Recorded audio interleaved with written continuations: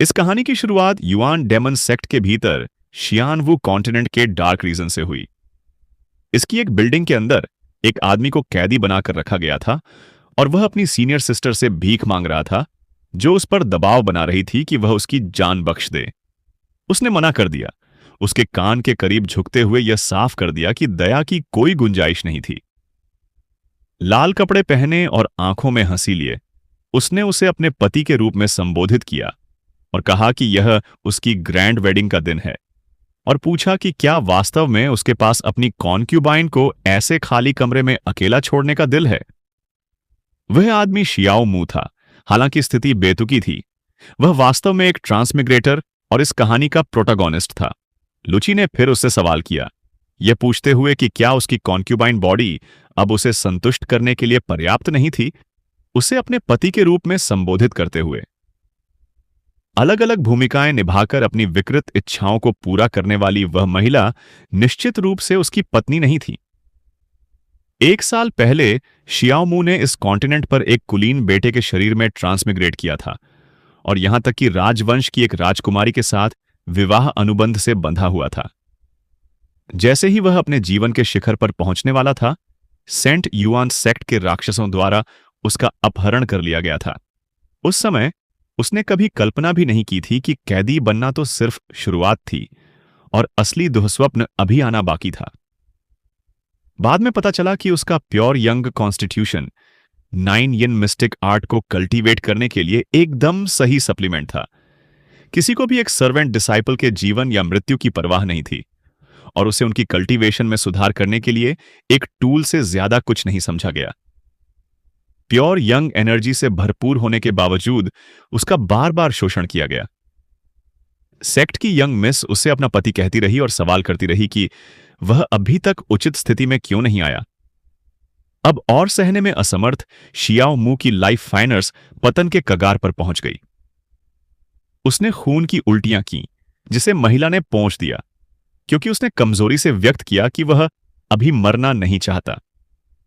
उसने उसकी गर्दन के चारों ओर अपनी पकड़ मजबूत कर ली और उससे कहा कि उसके हाथों मरना एक सम्मान है जिसे उसे संजोना चाहिए। फिर उसने एक छोटी बोतल निकाली और उसे सूचित किया कि इसमें सॉलिडिफाइंग यंग पिल है।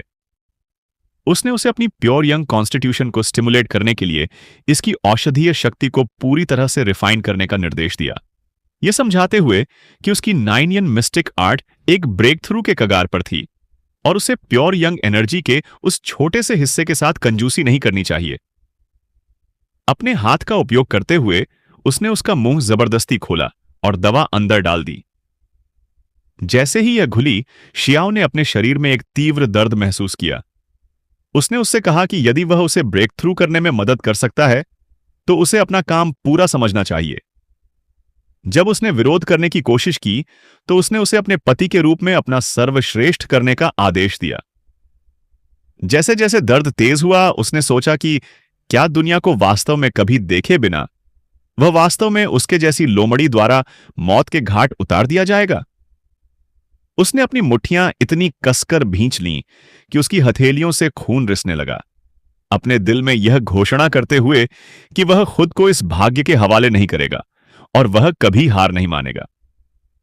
उस समय उसके मन में एक अचानक नोटिफिकेशन दिखाई दिया, जिसमें घोषणा की गई कि जीवित रहने की एक अत्यंत मजबूत इच्छा का पता चला है और रिटर्न सिस्टम सफलतापूर्वक जागृत हो गया है। सिस्टम ने होस्ट को सिस्टम स्फीयर को बाइंड करने का निर्देश दिया। शियाओमू दंग रह गया, यह सोचकर कि अंततः प्रकट होने से पहले पूरा 1 साल बीत गया था। सिस्टम ने समझाया कि इसका उद्देश्य यह सुनिश्चित करना था कि जो देंगे उन्हें बदले में प्राप्त होगा और होस्ट द्वारा देने का कोई भी कार्य इनाम के 10,000 गुना तक रिटर्न ट्रिगर कर सकता है। उसे एहसास हुआ कि यह सब कुछ बदलने का उसका मौका था। क्योंकि सिस्टम इतनी देर से जागा था, इसलिए उसने उसे मुआवजा जारी किया, यह गारंटी देते हुए कि पहला रिटर्न 10,000 गुना इनाम था। इस बीच उसकी सीनियर सिस्टर हंसी यह कहकर उसका मजाक उड़ाया कि हालांकि उसका मुंह मना कर रहा था, उसका शरीर काफी ईमानदार था।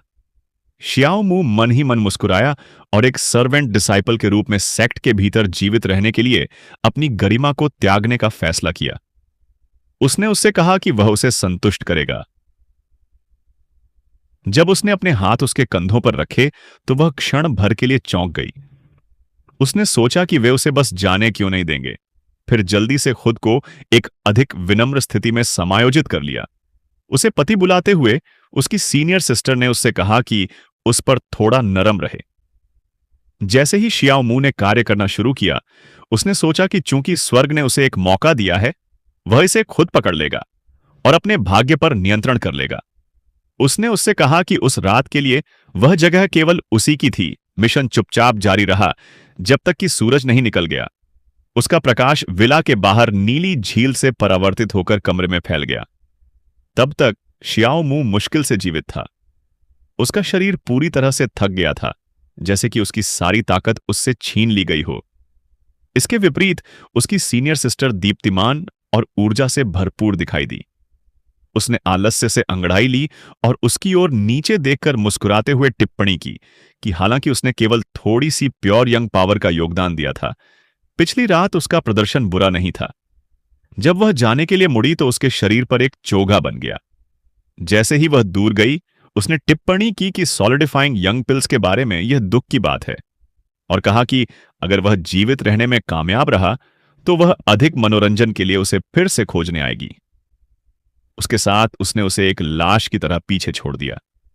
उसके जाने के बाद शियाओ मू हल्के से मुस्कुराया, क्योंकि उसकी आंखों के सामने कई सिस्टम पैनल दिखाई दिए। उसका शरीर जबरदस्त शक्ति से भर गया। सिस्टम ने बताया कि 9 चार्मर्ड हेवनली फॉक्स द्वारा उसकी प्योर यंग पावर निकाल ली गई थी, जिसने 10,000 गुना रिटर्न ट्रिगर किया था। इसने होस्ट को रेड यंग सेक्रेट बॉडी प्राप्त करने पर बधाई दी और की रिफाइनिंग की तीसरी लेयर में उसके ब्रेक थ्रू की घोषणा की, जिसके तुरंत बाद चौथी लेयर आई। अंत में उसने की रिफाइनिंग की 10वीं लेयर तक ब्रेक थ्रू कर लिया। सुनहरी लपटों ने उसके शरीर को घेर लिया, रहस्यमय पैटर्न बनाते हुए, क्योंकि उसका क्षतिग्रस्त मांस जल गया और पूर्णता के साथ बहाल हो गया। शियाओ मू ने सोचा कि क्या वह जो देख रहा था वह एक सेक्रेट बॉडी की असली ताकत थी। प्रोटैगोनिस्ट ने अपने बालों को पीछे बांध लिया, क्योंकि रहस्यमय निशान धीरे धीरे गायब हो गए। उसने जल्दी ही महसूस किया कि यह स्पष्ट रूप से कार्य करने का समय नहीं था। सेंट युआन डेमन सेक्ट शक्तिशाली विशेषज्ञों से भरा था, और एक बार उसका रहस्य उजागर होने के बाद उसका भाग्य संभवतः कल्टीवेशन फर्नेस के रूप में सेवा करने से भी बदतर होगा। अपने कपड़े पहनने के बाद उसने इस पल का फायदा उठाने का फैसला किया जब कोई उस पर ध्यान नहीं दे रहा था, ताकि जितनी जल्दी हो सके ताकत जमा की जा सके। जैसे ही उसने बाहर कदम रखा, उसने सोचा कि स्पिरिट स्टोन्स कल्टीवेशन की नींव है। अपनी वर्तमान रेड यंग सेक्रेट बॉडी के साथ सीनियर सिस्टर से प्राइवेट टास्क लेने से उसे अधिक कमाई करने की अनुमति मिलनी चाहिए। फिर उसने इस विचार को खारिज कर दिया, यह महसूस करते हुए कि वह अब एक सिस्टम वाला व्यक्ति है और उसे बड़ा सोचने की जरूरत है। उनमें से अधिकांश सीनियर सिस्टर्स अमीर नहीं थीं, और एक बार में 3 या 4 स्पिरिट स्टोन्स प्राप्त करना पहले से ही अच्छा माना जाता था। जैसे ही उसने सोचा कि क्या स्पिरिट स्टोन्स कमाने का कोई तेज तरीका है, कुछ अचानक उसका ध्यान खींचा। किनारे की ओर देखते हुए शियाओ ने हेयान सेक्ट के एक बाहरी शिष्य वोंग चान को पास में कल्टीवेट करते हुए देखा। वह देखने के लिए बार्ड के ऊपर चढ़ गया, ये याद करते हुए कि जब उसने पहली बार सेक्ट में प्रवेश किया था तो वोंग चान ने उसे काफी दया दिखाई थी। उसने फैसला किया कि यह कुछ पुनर्भुगतान का समय था। उसने तर्क दिया कि यदि वह वोंग चान को 200 स्पिरिट स्टोन्स देता है, जो उसने पिछले 1 साल में बचाए थे, तो इसका परिणाम निश्चित रूप से एक बड़ा रिटर्न होगा। उस विचार के साथ उसने अपने कपड़ों में हाथ डाला और पत्थर वोंग चान के सिर पर फेंक दिए जब वह आदमी कल्टीवेट कर रहा था।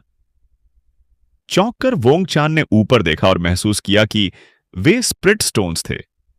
वह खुशी में मुस्कुराया, यह विश्वास करते हुए कि उसके दिन रात के कड़वे कल्टीवेशन ने सेक्ट के भीतर किसी महान हस्ती को उसके अभ्यास में सहायता करने के लिए संसाधनों के साथ पुरस्कृत करने के लिए प्रेरित किया है।